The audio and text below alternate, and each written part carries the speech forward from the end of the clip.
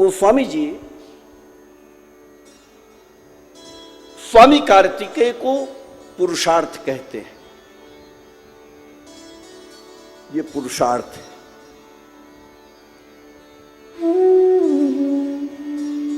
श्रद्धा रूपी भवानी और विश्वास रूपी शिव के संयोग से पुरुषार्थ का जन्म होता है। ध्यान देना मेरे भाई बहन, यदि आध्यात्म मार्ग में हमें जाना है तो पूरे परिवार का आश्रय करना,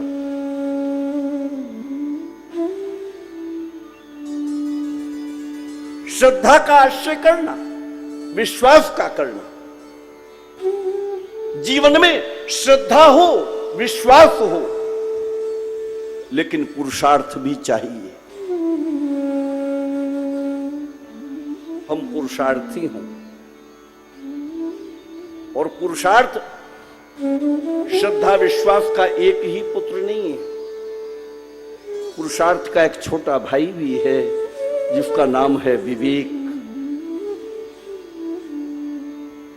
अर्थात गणेश। गणेश विवेक के देव है। विवेक और बुद्धि में अंतर है, ध्यान देना। बुद्धि अलग बात है, विवेक अलग है।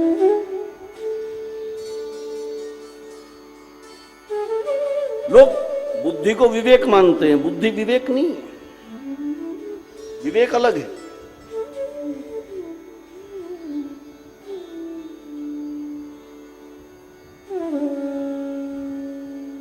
एक मोटी सी भाषा में बता दूं विवेक क्या है।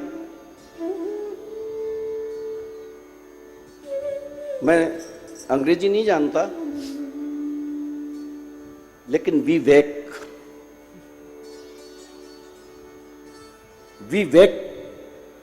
का मतलब है विवेक। हम भीतर से जागृत हों, हमारा जागरण हो, उसका नाम विवेक है। कई बार ये होता है, देखो बुद्धि ईश्वर प्रदत्त है। मैंने बुद्धि की चर्चा की थी एक दिन कि उग्र बुद्धि भी होती है, मंद बुद्धि भी होती है। गीता में सम्यक बुद्धि की चर्चा भगवान करते हैं। लेकिन अपने आप को एक बार टटोल कर देखो। कई बार हमारा मन करता है, मन अन्न से निर्माण होता है। मन का अन्न से मन का निर्माण होता है। जैसा खाए अन्न वैसा हो जाए मन, जैसा पिए पानी वैसी हो वाणी। ये केवल कहने की बात नहीं है भाई, ये अन्न का जो प्रभाव है ये मैंने मेरी आंख से देखा है। मैं फिर कहूंगा कि मैं जो कह रहा हूं वो सारी बात अनुभव की है। मैंने चर्चा की थी आपसे कि हरिद्वार में मेरे गुरुजी थे पंडित भगवान वल्लभ पांडे जी। मैं उनके यहां पढ़ने जाया करता, तुम्हें शायद बताया था मैंने। तो उनके यहां एक ब्राह्मण रहते थे जो उनके पिता के समय से थे, गुरुजी के पिताजी के समय से वो रह रहे थे। और उनका मासिक वेतन 2 रुपए तय हुआ था। 2 रुपए बहुत होता था। और ये ब्राह्मण पहाड़ी ब्राह्मण थे। ये ऐसे थे कि इनके परिवार में कोई था नहीं, अकेला ब्राह्मण था। ये वहीं रहते थे और इनका काम ये था कि ये सुबह गंगा जी से गंगा जल लाते थे और घर में जो ठाकुर जी थे उनकी पूजा करना और हम सबको, बच्चों को सबको प्रसाद देना। और ये ब्राह्मण पिछले 40 वर्ष से वहीं भोजन करते थे, कहीं बाहर भोजन करने जाते नहीं थे। और पहले तो घरों में चौका लगता था, तो चौके में बैठकर भोजन करते थे। एक रेशमी वस्त्र में बनाना पड़ता था, रेशमी वस्त्र में ही पहन के भोजन करना पड़ता था। जनेऊ वाले जो लोग होते थे उन्हें ऐसा विधान था। गोबर से लिपा जाता था।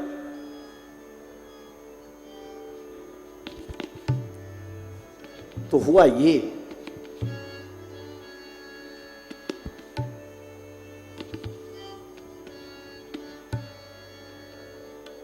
कि चूल्हे के ऊपर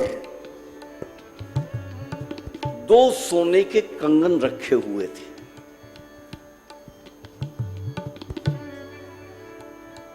और वो कंगन वहां से गायब हो गए। हल्ला हुआ घर में, गुरुजी के यहां बहुत हल्ला हुआ। सबने पूछा कि वो 2 कंगन चोरी हो गए, तुमने देखे, तुमने देखे, तुमने देखे। सब तो हमारे से भी पूछा गया। हमने कहा हम तो रसोई में जाते नहीं, हमें पता नहीं। शाम हो गई और शाम को गुरुजी ऐसे बैठे हुए, बीच में रामायण जी थी, उधर मैं बैठा। सर्दी के दिन थे सर। शाम को वो पंडित आए और आकर उन्होंने दरवाजे से घुसे और घुसकर बल्लभ जी को यहां से पकड़कर उठाया कि बल्लभ खड़े हो।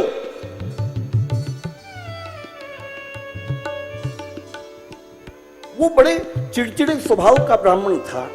एक तो पहाड़ी ब्राह्मण था, एक वृद्ध थे, बुजुर्ग था, तो चिड़चिड़ा स्वभाव था। तो हम सब बच्चे जो हैं उससे डरा करते थे, डांटता फटकारता था सबको।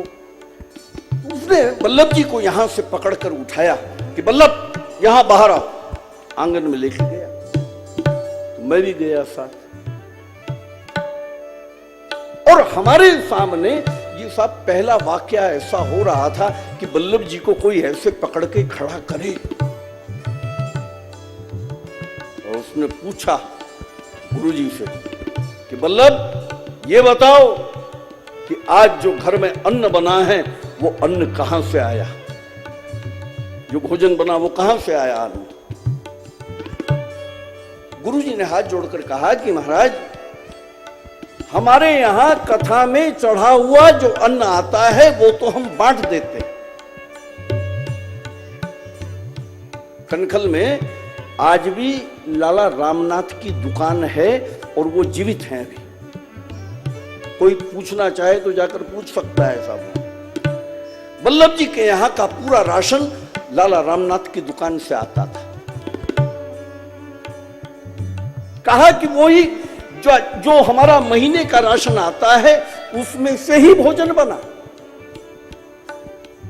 तब उस ब्राह्मण ने कहा कि 40 वर्ष से अधिक हो गए तुम्हारे यहां मुझे रहते हुए, केवल तुम्हारे ही घर का अन्न खाया है आज तक, गंगा जल पीता हूं। मेरी वृत्ति में कभी यह भाव नहीं हुआ कि मैं चोरी करूं। क्यों? क्योंकि मेरा परिवार भी तुम ही हो। मैं मरूंगा तो मेरा जो पैसा मेरे पास है, जो सामान मेरे पास है, वो सब तुम्हारा है।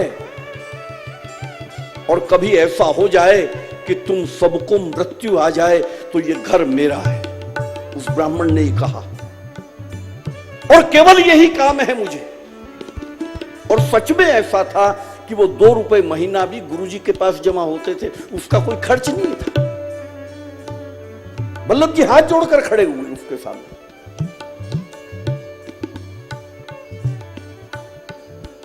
मैंने कभी भी जीवन में ये नहीं किया कि मैं कभी चोरी करूं, मेरे विचार में ही नहीं।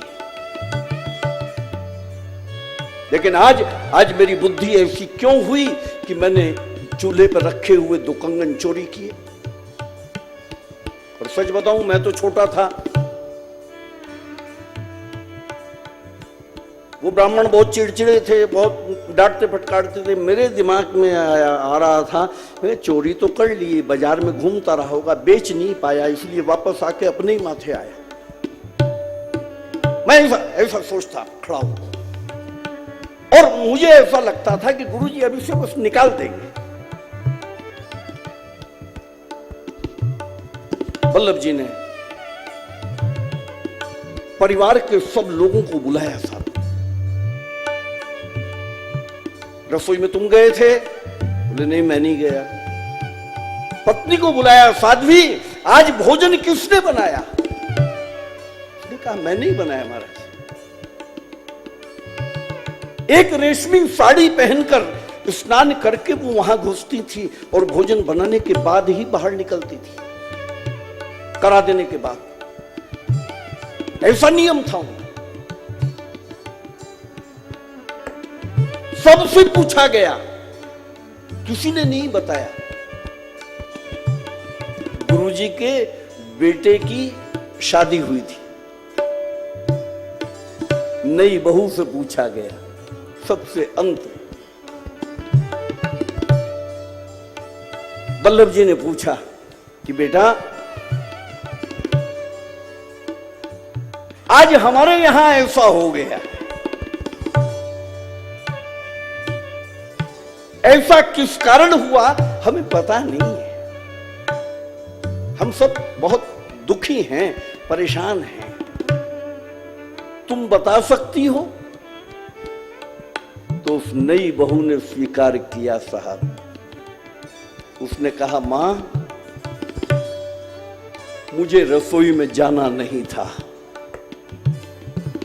और आप भोजन बनाते हुए रसोई के अंदर एक कोठार होता था, एक कोठरी होती थी जिसमें स्टोर होता था, आप उसमें गई हुई थी और चूल्हे पर रखा हुआ दूध उफन कर निकल रहा था। मैंने जाकर उसमें पानी डालकर नीचे उतार कर रखा। ब्राह्मण ने कहा यहां से ये विकृति मेरे भीतर आई, ये पकड़ तेरे 2 कंगन सोने। तो जैसा खाए अन्न वैसे मन का निर्माण होता है। ये चूक हो गई है हमारे से साहब, हम ऐसा तैसा सब तरह का खाने लगे, इसलिए हमारे अनुभव में नहीं आता। अन्न से मन का निर्माण होता है। तो मैं कह रहा था कि कितनी बार ऐसा होता है कि हमारा मन कहता है कि ये अनैतिक काम कर रहे हैं, ये बहुत अच्छा जीवन जी रहे हैं, तो हम भी करें। बुद्धि कहती है कि नहीं नहीं, संस्कार कहता है कि नहीं ऐसा मत करो, ये विवेक कहता है कि ये गलत है।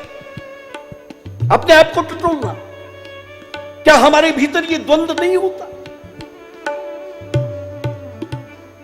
मन कहता है कि सब कर रहे हैं हम भी करें, लेकिन विवेक कहता है कि नहीं ये नहीं करना। बुद्धि कहती है मत करो,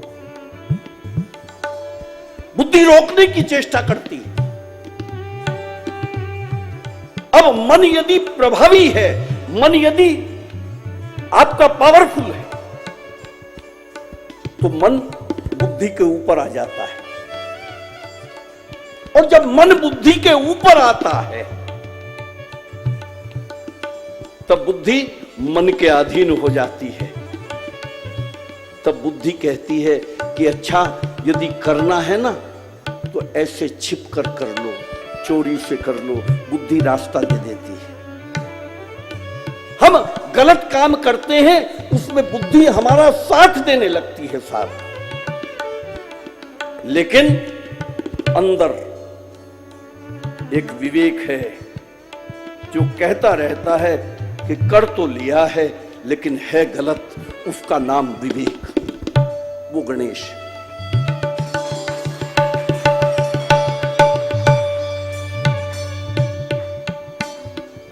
जीवन में श्रद्धा हो, विश्वास हो, पुरुषार्थ हो। पुरुषार्थी रावण भी है, लेकिन विवेक शून्य हो गया है। इसलिए जीवन में विवेक हो, क्या करना है क्या नहीं करना, क्या खाना है क्या नहीं खाना, उसका विवेक हमारे भीतर जागृत रहे। बस यही गणेश की पूजा है।